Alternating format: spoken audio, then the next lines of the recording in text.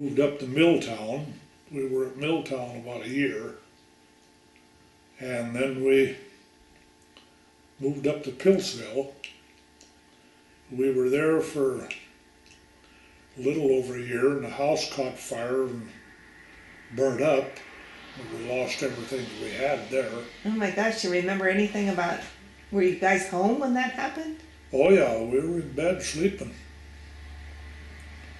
But I remember we were sleeping upstairs, my brother and sister and I, and also our dog Spotty.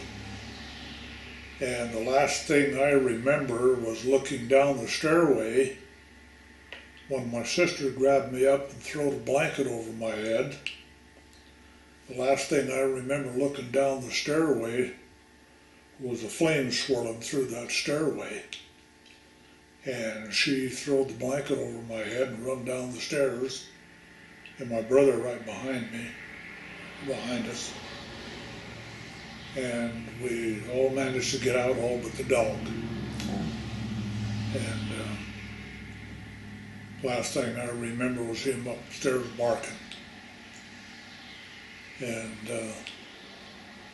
then I was farmed out, or stayed with another family of Matsons at Piltzville. They were either Norwegian or Swedish. I think they were Swedish.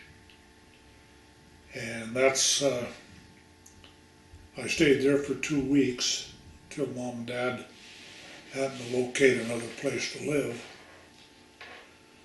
And that's where I learned to drink coffee. It was from Mrs. Matson. And you had your coffee cup with you all the time, so that was a good lesson learned. Well, for breakfast, yeah, she'd always fix me a cup of coffee, put some milk and sugar in it.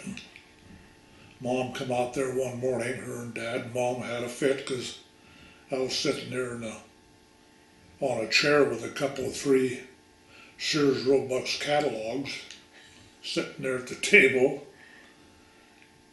and drinking coffee. Mom, she had a fit about me drinking coffee. How old would you have been then? Oh, about 5.5, going on 6.